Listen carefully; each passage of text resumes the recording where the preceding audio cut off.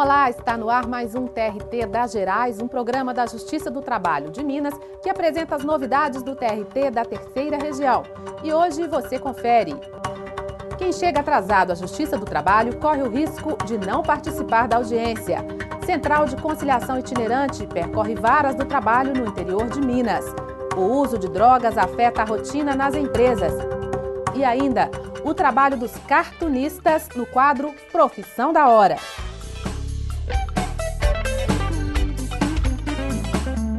Tudo isso agora no TRT das Gerais.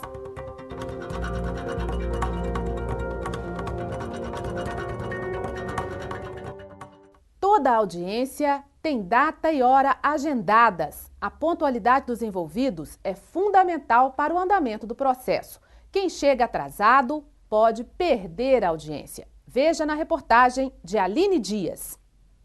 No quadro A Agenda do Dia, hoje estão programadas 15 audiências para esta vara do trabalho em Belo Horizonte. Acaba uma, já começa a outra. Para que não haja atrasos, a pontualidade dos envolvidos no processo é fundamental. Com 30 anos de experiência, a advogada Aida sempre se planeja para chegar bem cedo na Justiça do Trabalho. Eu sempre chego bem adiantado porque é hábito, né? Eu já tenho 30 anos de formada, então eu sempre cheguei na hora, geralmente meia, 40 minutos antes. Eu gosto de conversar com as pessoas antes da audiência. Em alguns casos, a audiência pode se estender mais que o tempo previsto. Juiz há 10 anos, Cristiane faz o possível para cumprir o horário marcado. O magistrado tenta ao máximo não atrasar, mas foge ao nosso controle. Algumas demandas, a gente, por exemplo, aqui eu marco de 10 em 10 minutos. Então, é um tempo razoável para a parte se sentar, eu pegar os documentos, fazer as qualificações, né, conversar, mas algumas demandas são muito complexas e isso tem sido também recorrente. A complexidade está aumentando cada vez mais. Os envolvidos no processo precisam chegar na hora marcada. O juiz pode até esperar alguns minutos, mas sem prejudicar os que chegaram no horário. Eu tenho que tomar uma conduta que seja igual para todos. Então, se eu vou aguardar 5 minutos, 10 minutos para um, eu tenho que aguardar 5, 10 minutos para todos. E eu tenho que observar também uma forma de ser razoável com a parte que se atrasou, aguardar um pouco, mas sem prejudicar aquela que chegou no horário, que foi pontual, que acordou mais cedo, que saiu de casa e está aqui no horário. Então, assim, a gente tem que sempre dosar a questão do bom senso e razoabilidade. O direito, basicamente, é bom senso e razoabilidade. Quando o autor da ação atrasa e perde a audiência, o processo é arquivado. Já quando a falta é por parte de quem responde como réu no processo, o julgamento é feito à revelia, ou seja, o juiz considera verdadeira a reclamação do trabalhador. Todos os compromissos na nossa vida, a gente tem que se organizar para eles. E acredito que uma demanda judicial, seja para o reclamante ou para o reclamado, é uma coisa importante na vida das pessoas e elas também têm que se preparar para isso, né? Então, vem com uma certa antecedência, observe esse programa. Eu sei que vai ter trânsito, então já sai com mais antecedência. Então, eu acho isso extremamente importante, esse compromisso das pessoas com o horário. Que é isso? Que é isso? Que é isso? Que é isso? Que é isso? O que é isso? O senhor sabe o que significa fórum e foro? Fórum eu conheço. Onde tem promotor, juízes vão lá pro fórum. Fórum deve ser alguma pessoa que vai dar palestra, né? O que é fórum? Foro, não conheço a palavra. É a mesma coisa, fórum. Sei não. Fórum sei, não. Fórum, pô, lógico. Fórum da justiça. Fórum onde é que fica os vereadores? Os tribunais, né, da justiça. É como se fosse lá onde que os vereditos ficam lá. Foro. Foro é que já foi, né, cara? Foro é a comarca. Qual que é o foro? É aquele que só cabe à própria pessoa decidir ou não. O que é isso?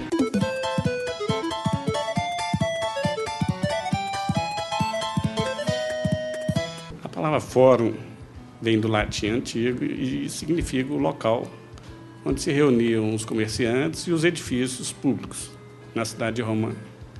E hoje essa palavra significa, no português atual, o local onde funciona um prédio público destinado à justiça, como, por exemplo, o Fórum Lafayette, o Fórum da Justiça do Trabalho de primeiro grau.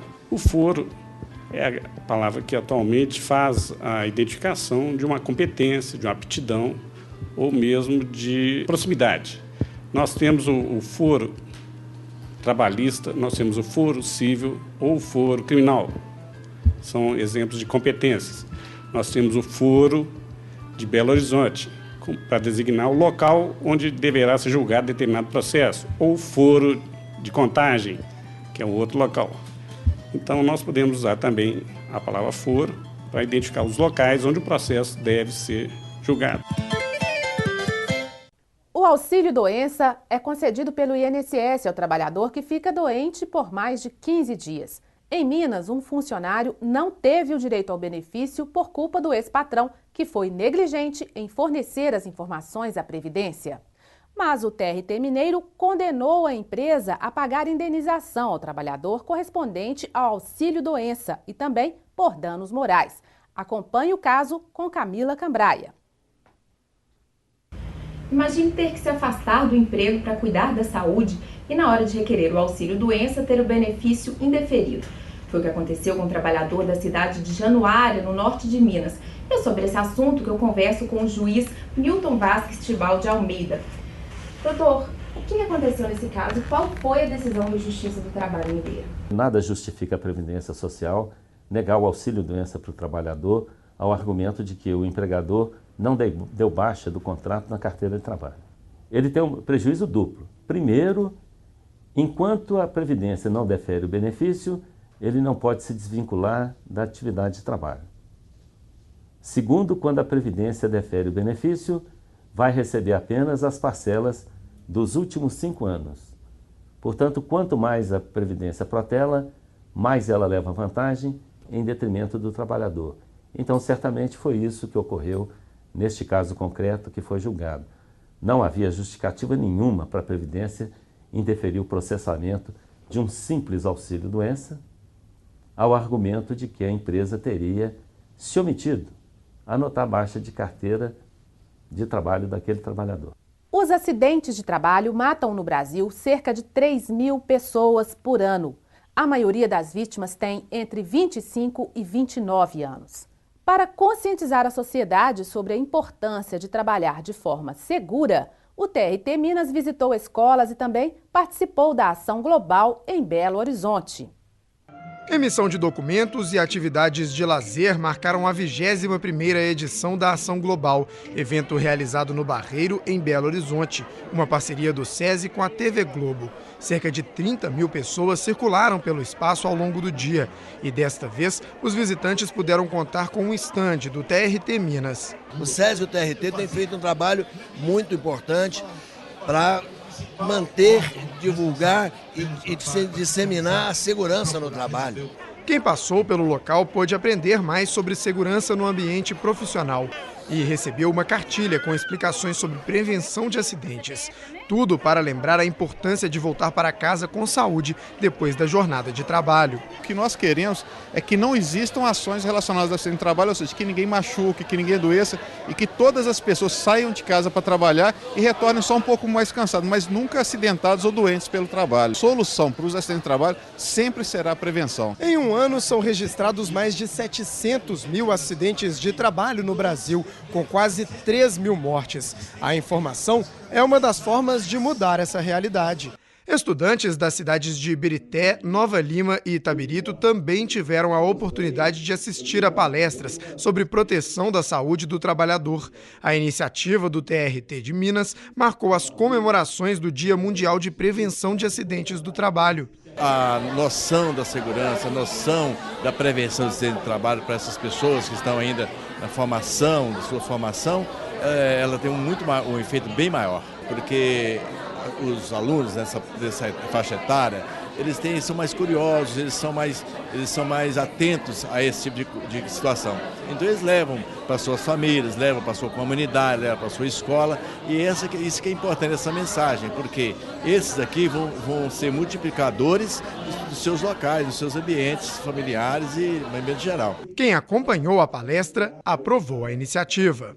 É uma questão que você pode cobrar seu patrão, você pode impor ao seu patrão uma coisa que é seu direito e muitas vezes ficam vulneráveis nesse dia a dia de uma empresa. Que a gente tem que ter mais atenção no nosso dia a dia, porque situações que a gente faz todos os dias pode levar a uma desatenção e um acidente de trabalho. Segurança do trabalho é uma coisa que a gente pode utilizar não só na escola, onde a gente tem uma matéria que aprende isso, mas em vários outros lugares. A gente pode atuar isso até em casa mesmo, ou em qualquer outro lugar que você possa sair da escola e for trabalhar. Você atua nessa área e é sempre necessário você ter uma segurança para trabalhar bem, com confiança e ter um resultado bacana.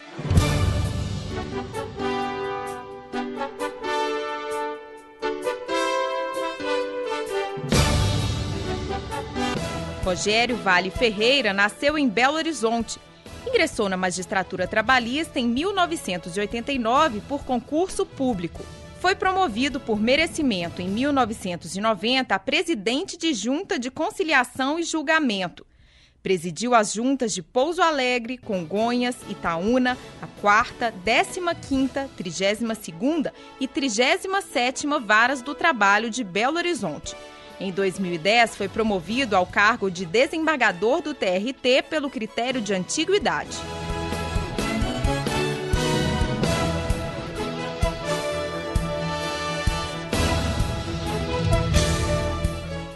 No próximo bloco, você confere mais notícias jurídicas na TV. Drogas já afetam as relações trabalhistas. E no quadro Profissão da Hora, vamos conhecer o trabalho do cartunista. Não saia daí, voltamos em instantes.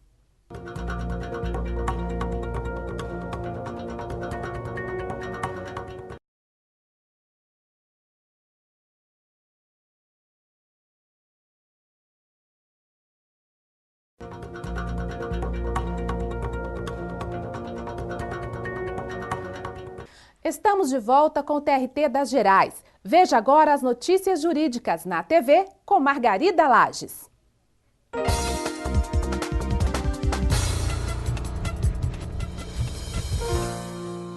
A depressão pode ser considerada doença ocupacional. Foi o que reconheceu a 8ª turma do TRT de Minas. Os julgadores confirmaram a sentença que condenou uma empresa do ramo automotivo a pagar a uma secretária indenização substitutiva da estabilidade provisória por acidente de trabalho. A turma acompanhou o voto do desembargador Cécio da Silva Peçanha, para quem a lei abre possibilidades de que outras doenças não descritas no texto legal sejam consideradas acidentes de trabalho, desde que a doença resulte das condições de trabalho oferecidas pelo empregador. E no caso ficou demonstrado que as condições de trabalho contribuíram para o quadro de depressão da trabalhadora. O perito oficial constatou sobrecarga de trabalho e cobranças exageradas que geraram um quadro de estafa mental, enjoos, insônia e instabilidade de humor da empregada. Por tudo isso, a turma reconheceu a depressão da trabalhadora como doença ocupacional e confirmou a sentença que deferiu a ela indenização pelo período de estabilidade no emprego e também indenização por danos morais no valor de R$ 3.000. No recurso analisado pela 6ª turma do TRT Mineiro, um banco protestava contra a condenação ao pagamento de horas extras pelos cursos ministrados via internet, os chamados Treinet.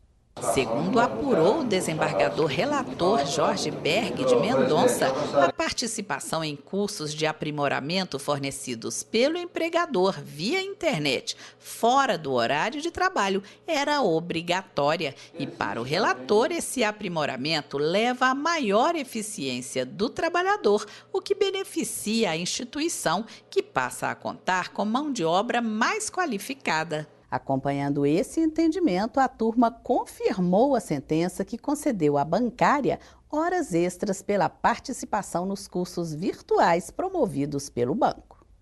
Confira todos os dias as notícias jurídicas no site do TRT de Minas, www.trt3.jus.br. A conciliação no TRT de Minas ganha mais um reforço. A partir de agora, a Central de Conciliação Itinerante vai viajar pelos municípios mineiros e realizar a Semana da Conciliação em foros e varas do interior. A Justiça do Trabalho ganhou mais agilidade no interior de Minas. Agora, todo mês, um município diferente recebe a Semana da Conciliação Itinerante. Durante o período, a Central de Conciliação se desloca para a região e realiza audiências para alcançar acordos em ações trabalhistas. A conciliação itinerante já atuou em Uberaba e São Sebastião do Paraíso. A novidade é o fato de que essa conciliação, essa itinerância da conciliação, ela está acontecendo agora de uma forma sistemática, com calendário. A ideia é que, ao invés de termos apenas uma semana anual de conciliação, que nós tenhamos uma semana mensal de conciliação. E muito mais do que, às vezes, uma semana só por ano, né? Que com essas semanas, vamos dizer assim, mensais, que isso assim passa a ser alguma coisa que as várias varas do trabalho e a própria comunidade jurídica e a comunidade de uma forma geral, entenda isso como alguma coisa que vai fazer parte do cotidiano, do dia a dia das pessoas e do jurisdicionado.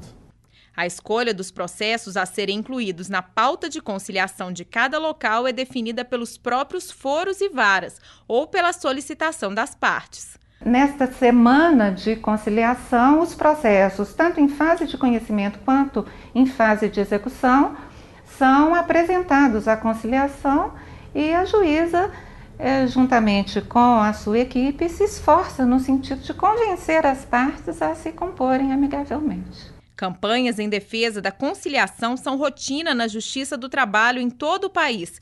O objetivo é privilegiar essa opção como forma mais célere e econômica para a resolução dos conflitos. Esperamos que o saldo de processos existente nesses foros tenha uma queda razoável com as conciliações efetuadas. Esse é o nosso objetivo.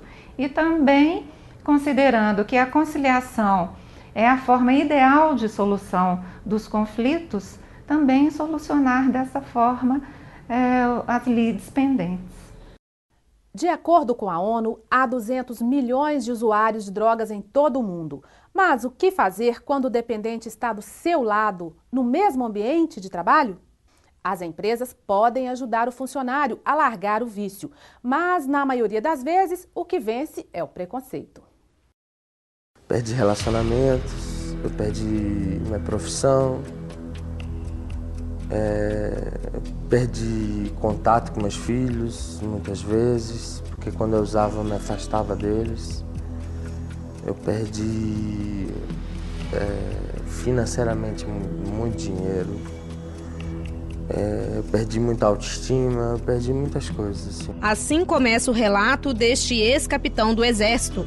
Depois de 18 anos dedicados ao serviço militar, ele foi reformado. O motivo da aposentadoria antecipada foi o consumo abusivo de drogas. A minha primeira droga foi cocaína, aspirada. Eu tive muito medo na primeira vez que usei, né? De ficar dependente logo de início. Passei um tempo sem usar depois, e depois comecei a usar esporadicamente, ou se pode se dizer, socialmente. O que começou como uma brincadeira se transformou em vício. O ex-capitão não conseguia ficar sem usar drogas, nem mesmo dentro do quartel. Chegou um limite, um ponto que as pessoas percebiam, entendeu? Na fase mais aguda do vício, ele chegou a gastar 70% do salário com o consumo de drogas. O ex-capitão foi encaminhado para o tratamento com psicólogos do Exército, mas não adiantou. Foi então aposentado pelo serviço militar, época que ele se afundou mais ainda no mundo das drogas. Tinha dinheiro para usar e tempo livre para usar sem nenhuma cobrança. Esse tempo ocioso me fez muito mal, entendeu? E aí eu passei a usar mais. Segundo a ONU, há 200 milhões de usuários de drogas em todo o mundo. Só no Brasil, cerca de 900 mil pessoas usam cocaína. Vício que afeta as relações de trabalho. Só no ano passado, 125 mil pessoas foram afastadas pelo INSS por causa da dependência química. Rogério trabalha com usuários há mais de 20 anos. Segundo ele, a empresa pode ajudar o trabalhador a se recuperar do vício. A empresa pode, forçando de uma certa forma uma solução do problema, favorecer ao dependente, principalmente recomendando que ele procure tratamento.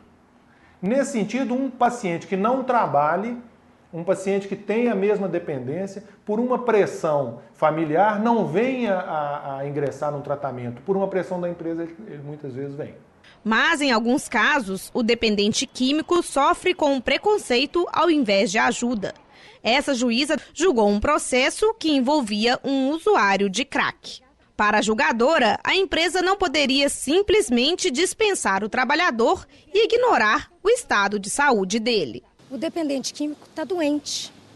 Ele não é ainda mais agora, a própria lei penal está mudando essa visão, né, do infrator, do criminoso. O dependente químico está doente.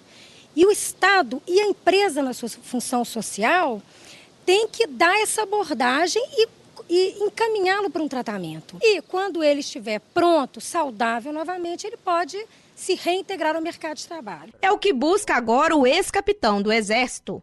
Como não é possível retornar ao serviço militar, resolveu fazer uma nova faculdade. Pretende retornar ao trabalho e traçar um novo caminho longe do vício. Tenho vontade de voltar a trabalhar, de adquirir uma outra profissão e de restaurar, reconstruir as coisas que eu perdi com o uso, né? Desenhar parece uma tarefa fácil? Para ser um desenhista profissional é preciso mais que talento. Por trás de cada traço, de cada cor escolhida, estão anos de estudo e muita dedicação. O trabalho do cartunista você confere agora no quadro Profissão da Hora.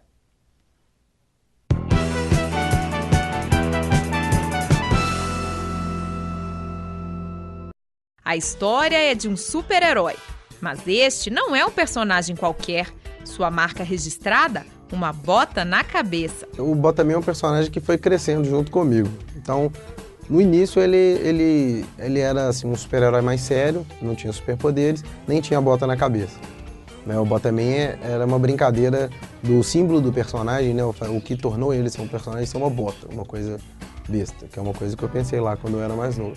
O Botaman é isso, ele é um personagem de humor, onde eu faço sempre brincadeiras com essas coisas do que é certo, o que é errado, de alguém que está sempre tentando ajudar, mas não consegue, faz tudo errado. Felipe criou o Botaman na adolescência. Com o tempo, os desenhos foram sendo aperfeiçoados e o que parecia ser brincadeira se tornou profissão. Quando eu percebi que eu tinha que levar mais a sério, que isso poderia vir a ser uma minha profissão, eu comecei a estudar. Então eu comecei a fazer curso. Eu fiz curso de anatomia, eu fiz curso de desenho de observação, de finalização. Então aprendi a usar materiais, guache, aquarela, pastel, tinta a óleo. Fiz várias matérias de desenho de objeto, desenho de paisagem, desenho de anatomia humana. Eu me divertia muito com essas coisas, eu me divirto até hoje com essas coisas. Para mim ainda é uma diversão desenhar. A ilustração feita pelo cartunista geralmente é baseada no humor. São as tirinhas dos jornais, os quadrinhos das revistinhas. A profissão ainda não é regulamentada e o salário varia de acordo com o tipo de serviço.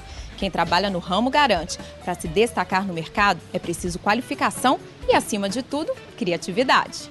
Os primeiros passos eu acredito que seja, se você já tem uma habilidade e já consegue desenhar mais fácil, você tem que refinar isso, tem que estudar, tem que aprimorar. Se você não tem e quer ser, não tem problema, qualquer pessoa pode aprender a desenhar.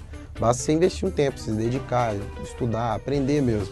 Os traços inconfundíveis são conhecidos pelos belo-horizontinos há 14 anos.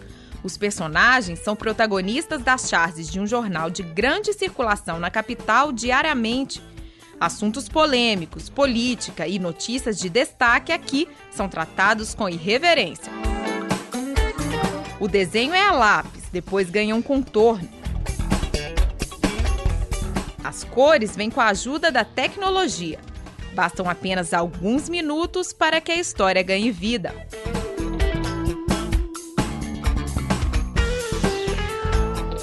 Eduardo dos Reis Evangelista, o Duque, é graduado em Cinema de Animação pela Escola de Belas Artes da UFMG.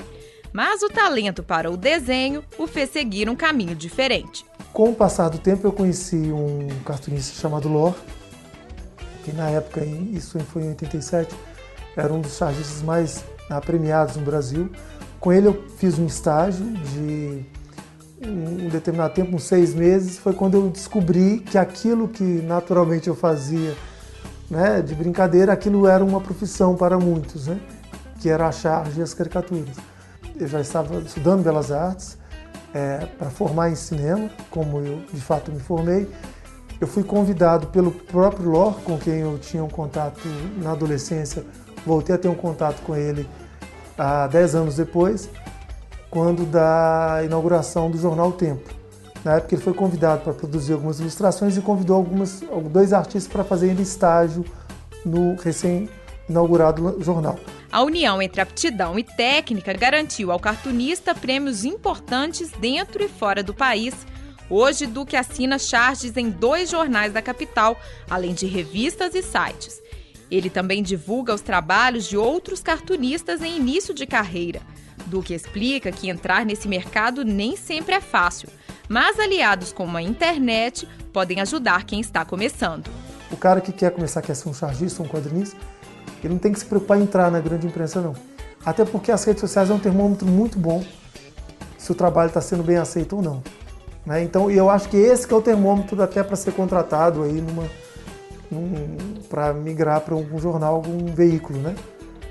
Quem quer começar vai desenhando, vai jogando isso na internet, vai buscando aí, dando importância às opiniões, né, do que as pessoas estão achando, e o caminho acho que é esse.